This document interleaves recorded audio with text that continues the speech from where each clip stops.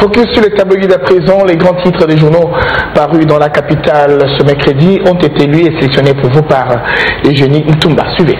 Bonjour et merci d'avoir choisi Kin 24 pour la lecture des journaux parus ce mercredi 16 novembre à Kinshasa. À la une de l'avenir, Joseph Kabila devant les élus du peuple réunis en congrès, un discours d'anthologie. Lors de son discours sur l'état de la nation et devant les élus du peuple, membres des deux chambres du Parlement réunis en congrès, le président Joseph Kabila, qui totalise 15 ans à la tête de ce grand pays, a tranché par rapport à tous ceux qui semblent se préoccuper à longueur des journées de son avenir politique. Tant sur le fond que la forme, il a fait un discours mémorable. À l'en croire, la République démocratique du Congo est une démocratie constitutionnelle et que toutes les questions pertinentes relatives au sort des institutions et de leurs animateurs sont réglées de manière satisfaisante par la Constitution. Géopolis Hebdo renchérit que Joseph Kabila n'est pas allé par le dos de la cuillère. Devant les élus du peuple, le président de la République a affirmé la détermination du gouvernement de transition qui sera mise en place dans plus bref délai à organiser les élections, car estime-t-il, le peuple doit demeurer l'arbitre du jeu démocratique pour le renouvellement des institutions politiques. Pour Joseph Kabila, n'ayant jamais été violée, la Constitution sera respectée dans toutes ses dispositions. Dans un autre chapitre, Africa News constate dialogue et rétrocession, empoisonnement, Lampé Kimbuta, victime d'une cabale politique. Selon les informations diffusées par Radio Okapi, le gouvernement provincial de Kinshasa doit au moins 50 millions de dollars américains à ses créanciers qui sont entre autres plusieurs banques installées en RD Congo et ses fournisseurs. Faux, retorquent les proches du gouverneur Kimbuta. Au cours d'une émission spéciale Ville de Kinshasa, diffusée mardi 15 novembre 2016 sur la télé Kin 24, le ministre provincial des Finances, Guy Matondo, le député provincial Henri Itoka, membre de la commission économique et financière de l'Assemblée provinciale, ainsi que le directeur de cabinet adjoint du gouverneur chargé des questions économiques et financières, Guy Zolacheke, ont largement évoqué la manière dont la ville est gérée.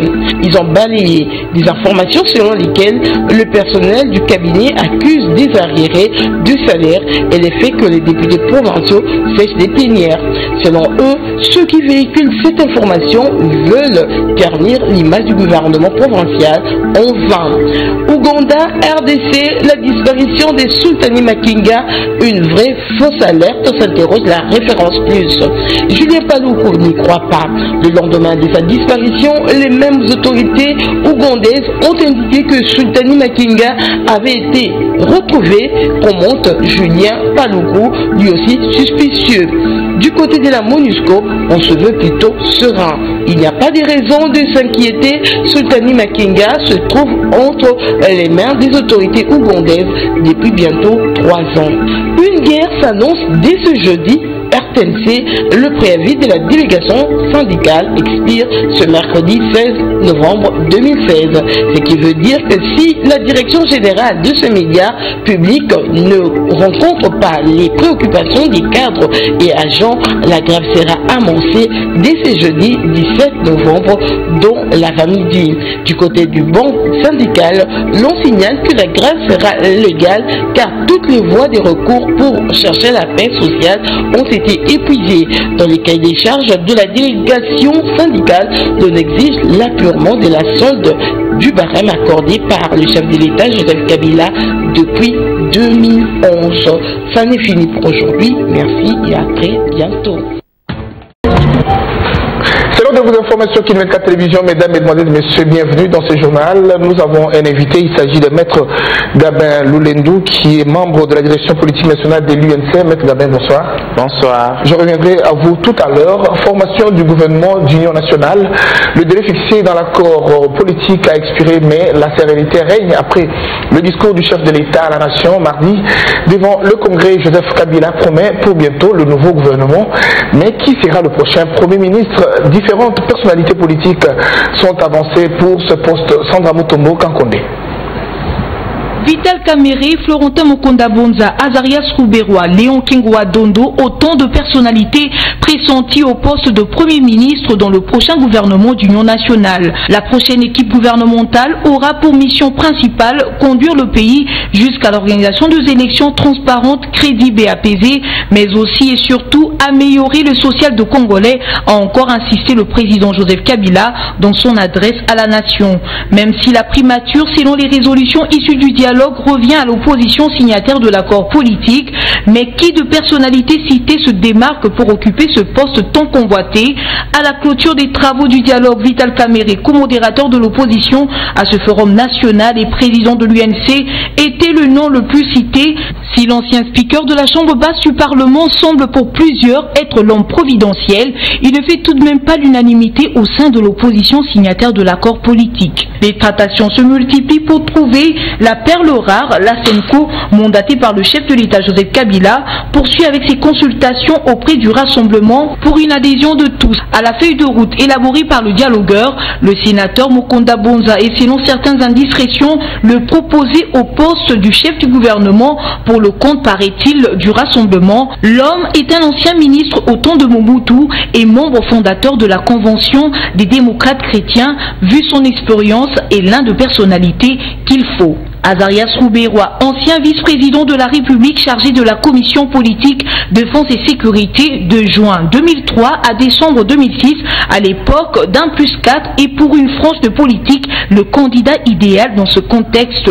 D'autres encore voient bien Léon Kingwa Dondo être le nouveau locataire de la primature. En effet, l'actuel président du Sénat fut premier commissaire d'État et a occupé le poste de Premier ministre 2 fois, d'abord de 1982 à 1986, puis de 1988 à 1990.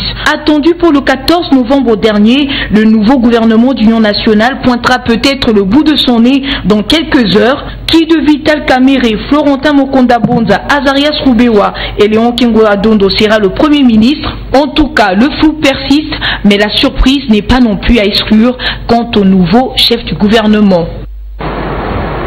Maître Kabeno Lendo, je disais tout à l'heure, vous êtes membre de la direction politique nationale de l'UNC. Le délai pour la formation du gouvernement de large union nationale est expiré. Est-ce que l'UNC tient toujours à s'accaparer de la primature? Merci beaucoup pour la question.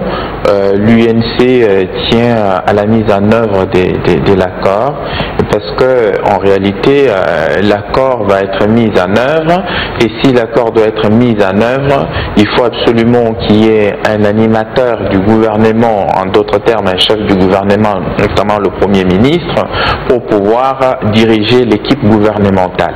Donc on tient absolument à la mise en œuvre de cet accord parce que c'est la seule feuille de route crédible qui puisse nous permettre l'alternance démocratique en 2018. C'est pour cette raison que nous disons, plus on tarde à mettre en œuvre cette feuille de route, plus on risque d'avoir des difficultés parce qu'en réalité, au jour d'aujourd'hui, les gens veulent bien évidemment que les choses bougent, les lignes bougent et que l'alternance démocratique est irréversible. La seule voie aujourd'hui, c'est la voie des élections, et l'accord de la Cité de l'Union africaine a balisé les chemins vers cette alternance démocratique aspirée par notre peuple.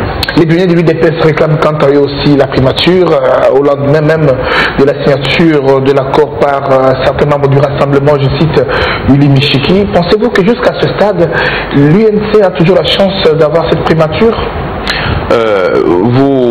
En principe, si on est sérieux, on est raisonnable face à la crise que traverse notre pays ou la crise qui pointe à l'horizon, vous allez bien vous rendre compte que ces dialogues, s'il a eu lieu, posez-vous la question vous-même, grâce à la touche particulière de qui ces dialogues a pu se tenir du côté de l'opposition, vous aurez la réponse. Deuxième aspect de choses, du point de vue des personnalités politiques, si les thermomètres les plus parlants, ce sont les élections de 2011, eh ben vous allez vous rendre compte qu'après Etienne Tshisekedi Wamulumba, la deuxième personnalité au niveau de l'opposition, c'était Vital Kamerhe avec plus d'1,6 million voix, et en plus de cela, c'est que Vital Kamerhe a un parti politique qui a pignon sur rue,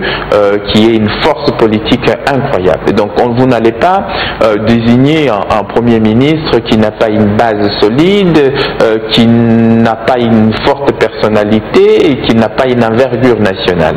Donc si vous vous rendez bien compte qu'aujourd'hui, vous allez bien évidemment vous dire que parmi tous les noms qui ont été cités, la personne qui est bien capable, compte tenu du poids politique en dehors de l'UDPS, c'est bel et bien le parti cher à Vital Kamerhe, l'Union pour la Nation congolaise. Maître Gaben Olendo, je reviens à vous tout à l'heure, et à quelques heures de la promesse du chef de l'État à la population sur l'amélioration de l'offre sociale avec l'agriculture pour moteur, les réactions des Kinois ne se sont pas fait attendre. Certains y croient et d'autres non. Inès Chia et Bruce Diandé signent ce reportage. Le nouveau gouvernement d'Union nationale aura pour l'une des missions prioritaires œuvré pour l'amélioration du social de la population congolaise. À ces sujets, la population quinoise souhaite voir l'éducation, la santé, bref, le social à la portée de tous. Mais le social les bana difficulté. Donc gouvernement social. Social, transport, courant, maladie, école. Le milieu est très important pour la biso. Premier ministre, Azala O Aroya, Arosala Mamalonga, total niveau Premier ministre a quitté niveau Tikeli. Parce que on rejoint pouvoir. Fazala, place ni Moutou Tikeli Marambo, il est en rejoint. Fazala, ce qu'on a mis Tikeli Marambo bien pour biso peuple, tout ce pays là. Problème Ezali, problème ya Congo. Magambetali panene protection na sécurité à Congolais social na biso nyonso wana ndé problème yango. D'autres par contre n'attendent rien de ce gouvernement. Selon eux, il ne suffit pas de changer des têtes, mais plutôt améliorer la politique gouvernementale. Les gouvernements de même cause produisent les mêmes effets, nous n'attendons rien. Ce que nous attendons, c'est des choses qui sont concrètes. Je suis très sceptique, je n'entends rien du gouvernement parce que ce gouvernement, il y a au moins 4 ans, il pouvait donner le meilleur de lui-même. Le souhait de la population congolaise en général est de voir toutes ces promesses du chef de l'État se matérialiser. Et malgré les démarches menées par la CENCO dans le but de convaincre le rassemblement des forces acquises au changement et adhérer aux acquis du dialogue, cette plateforme continue de compter sur ses positions. Réagissant à cette tendance politique, la structure Bundu Dia Mayala estime que le dialogue a déjà tout réglé, les divergences ont été aplanies, dont Deli Mutomongwesi et nous en parlons. Rien ne peut dépasser l'entendement humain. Chaque problème finit toujours par trouver des solutions et le dialogue a réglé les divergences qu'il y avait au sein de la classe politique congolaise. C'est ce qu'estime Mbuta Zola, communicateur de Bundu Dia Mayala. Pour lui, au nom de l'intérêt supérieur de la nation, le rassemblement est appelé à mettre un peu de l'eau dans son vin. À l'heure actuelle, nous ne pensons pas que la date de la tenue des élections puisse faire problème. Si les rassemblements proposent la tenue des élections en 2017 décembre et l'accord politique a prévu cette élection en 2018 en avril, et c'est seulement un délai de 4 mois, ils peuvent négocier. C'est-à-dire pour l'intérêt supérieur de la nation, moi je trouve que les rassemblements pourraient absolument chercher à mettre de l'eau dans son vin de manière à ce qu'il puisse intégrer l'accord politique tout en apportant bien entendu ces amendements.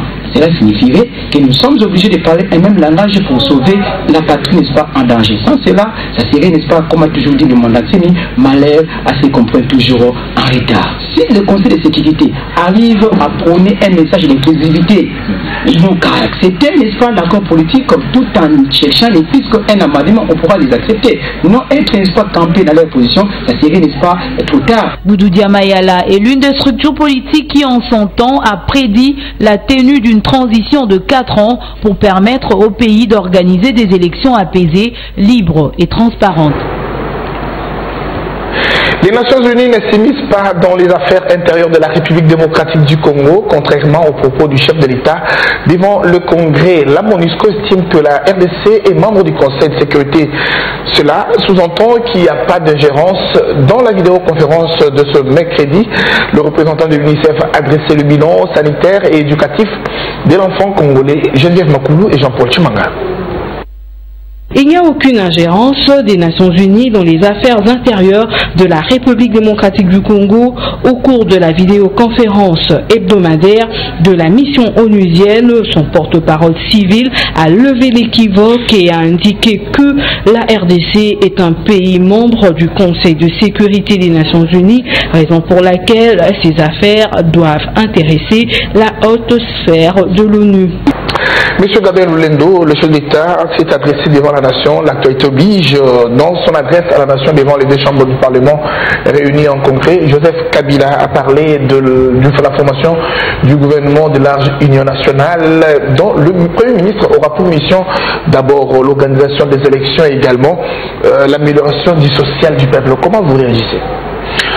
Il faut dire que ces discours étaient très attendus compte tenu de la situation politique des leurs, étant donné que vous savez qu'en principe le 19 décembre 2016, conformément à la Constitution, c'est la fin du mandat de Joseph Kabila, et il y a bien évidemment un accord qui est intervenu. D'abord l'arrêt de la Cour constitutionnelle qui a dit, parce que les élections n'ont pas encore été organisées, au nom du principe de la continuité de l'État, le président de la République devra rester en place jusqu'à l'installation du nouveau président élu. Cela étant, les gens lui prêtent les intentions de vouloir s'éterniser au pouvoir, étant donné qu'ils estiment qu'il n'a pas dit clairement qu'il renonçait à un troisième mandat. J'ai toujours dit que là où la Constitution règle la question, pourquoi veut-on que le président de la République se prononce clairement et nettement qu'il ne va pas se représenter? Mais lors du discours d'hier, en dehors du bilan qu'il a été fait, celui qui a géré les pays pendant 15 ans, il a fait son bilan. Nous estimons que ce bilan est très discutable, dans la mesure où c'est vrai qu'il y a eu quelques progrès, mais d'une façon générale, la population ne s'est pas vraiment trop retrouvée du point de vue social. Les gens souffrent énormément et qu'il y a encore beaucoup de choses à faire. Heureusement qu'il a lui-même aussi reconnu ça dans son discours. Mais un autre élément très important, c'est que ceux qui attendaient que le président de la République se prononce clairement et nettement et qu'il ne se représenterait pas, pour nous qui aimons bien la langue française, nous pensons qu'il l'a dit en utilisant des concepts qui lui sont propres. C'est vrai que beaucoup attendaient qu'il dise que je ne me représenterai pas, mais lorsque vous avez un président de la République qui vous dit en ce qui concerne mon avenir politique, c'était la première fois que le président de la République se prononçait ainsi lors, bien évidemment, comment dirais-je, de son allocution devant le Congrès. Il dit, en ce qui concerne mon avenir politique, je voudrais bien évidemment dire que la RDC est une démocratie constitutionnelle. L'essor des institutions ainsi que leurs animateurs sont l'essor des institutions et leurs animateurs est réglé, voilà, est réglé par la Constitution de manière satisfaisante. Je respecterai cette Constitution. C'est clair que c'était une façon de dire, mais vous voulez parler de moi en tant qu'institution, mon sort est réglé par la Constitution, étant donné que mon sort est réglé par la Constitution, cela c'est de manière satisfaisante, je respecterai la Constitution. Mais dans l'autre temps, au niveau du rassemblement, on parle déjà d'un discours agressif et menaçant. Pour le rassemblement, ce discours n'a pas été à la hauteur des attentes. C'est leur droit le plus naturel d'exprimer leur point de vue et de faire leur propre analyse sur un discours qui a été prononcé. Vous interrogerez 1000 personnes, 2000 personnes, vous aurez 2000, 3000 analyses. C'est leur droit le plus légitime.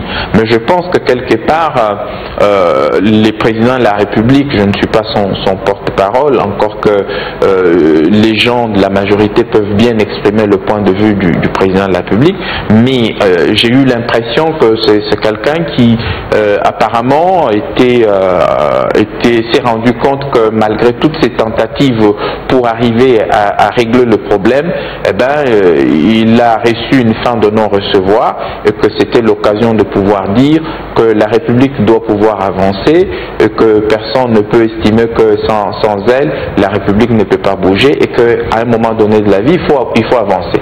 C'est pour cette raison d'ailleurs qu'il a annoncé la nomination du gouvernement incessamment, ce qui est une très bonne chose parce que ça fait partie des mesures prévues dans l'accord qui a été signé au niveau de la Cité de l'Union africaine.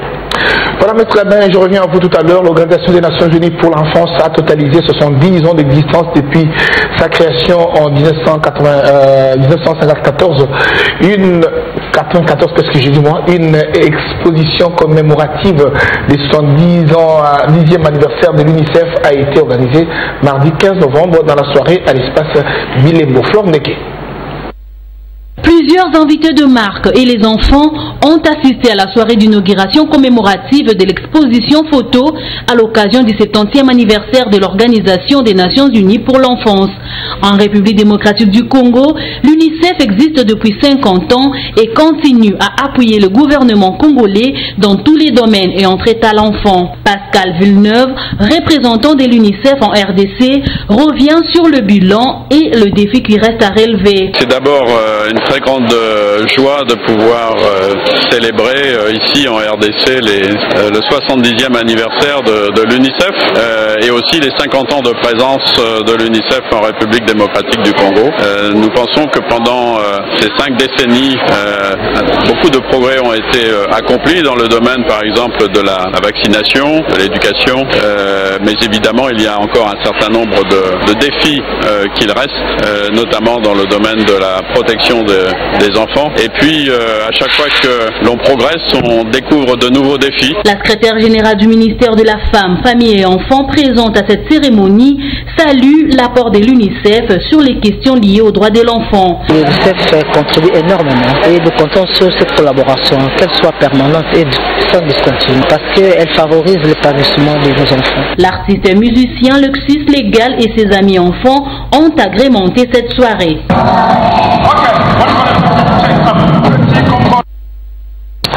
Autre chose à présent, le gouvernement provincial fait face à une véritable cabale politique soigneusement orchestrée par des esprits visiblement très mal intentionnés.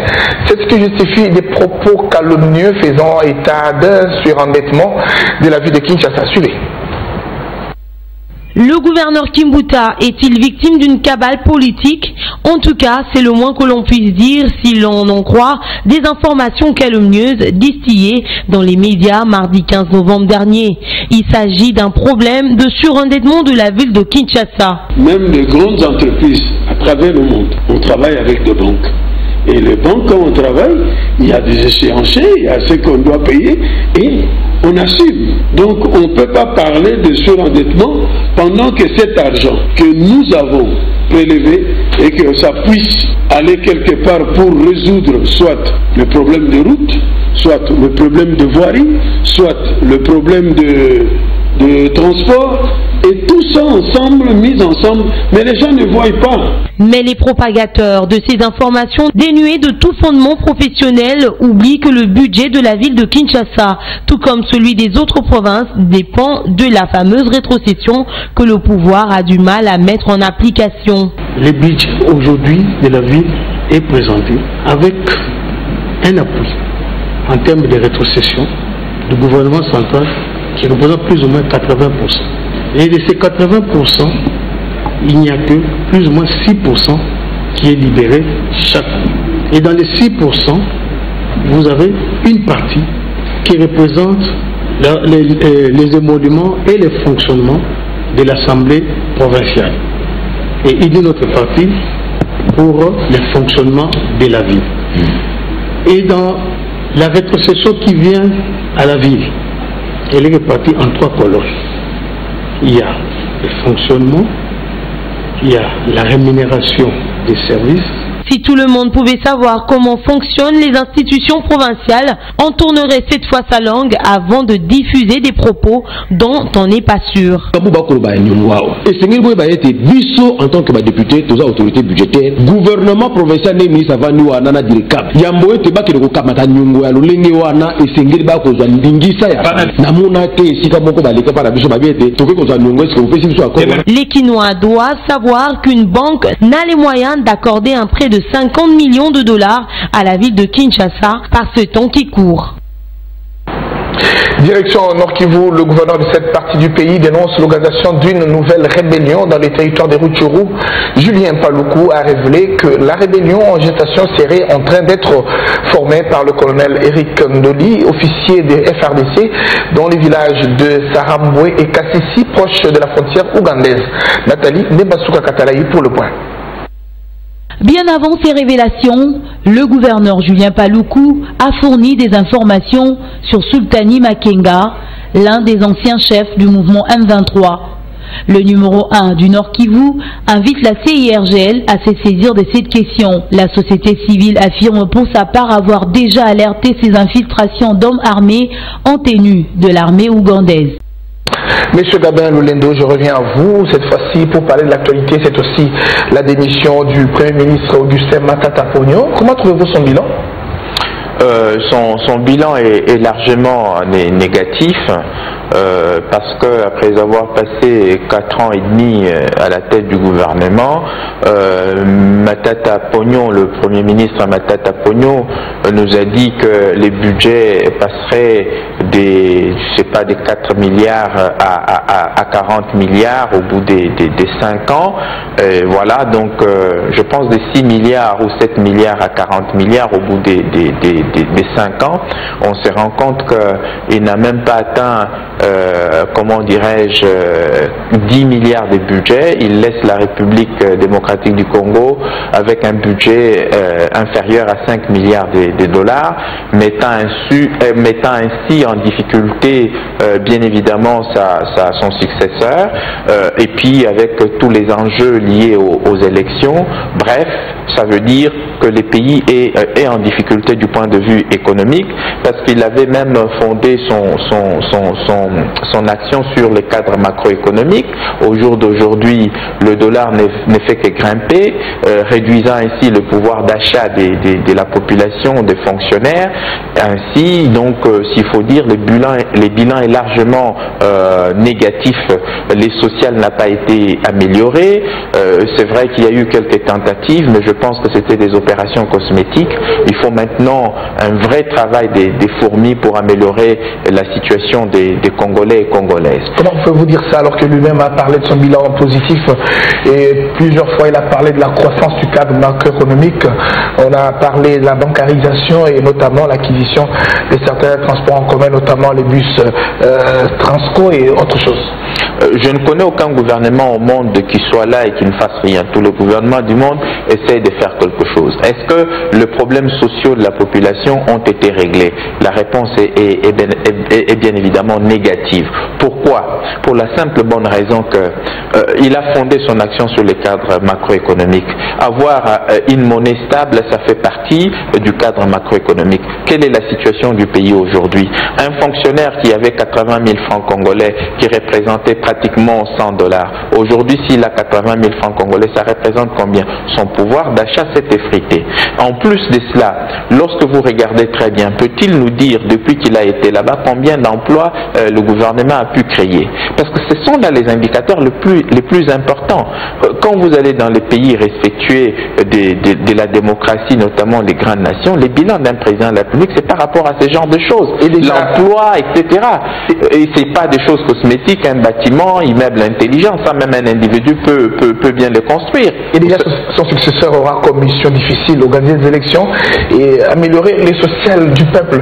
Pensez-vous que ça va être effectif? Mais justement, les défis sont faits pour les hommes et il appartient aux hommes de pouvoir élever les défis nombreux qui se présentent à eux. C'est vrai que la tâche ne sera pas facile, mais l'homme se mesure devant les obstacles. Ça sera l'occasion que le prochain, bien évidemment, Premier ministre puisse tout mettre en œuvre pour montrer à ces pays qu'il y a quand même l'espoir de vivre, parce que la situation nous semble être catastrophique, et surtout l'organisation des élections pour qu'il y ait une alternance démocratique apaisée. Voilà, Maître Gabin, on va terminer ce journal rapidement. Un dernier mot.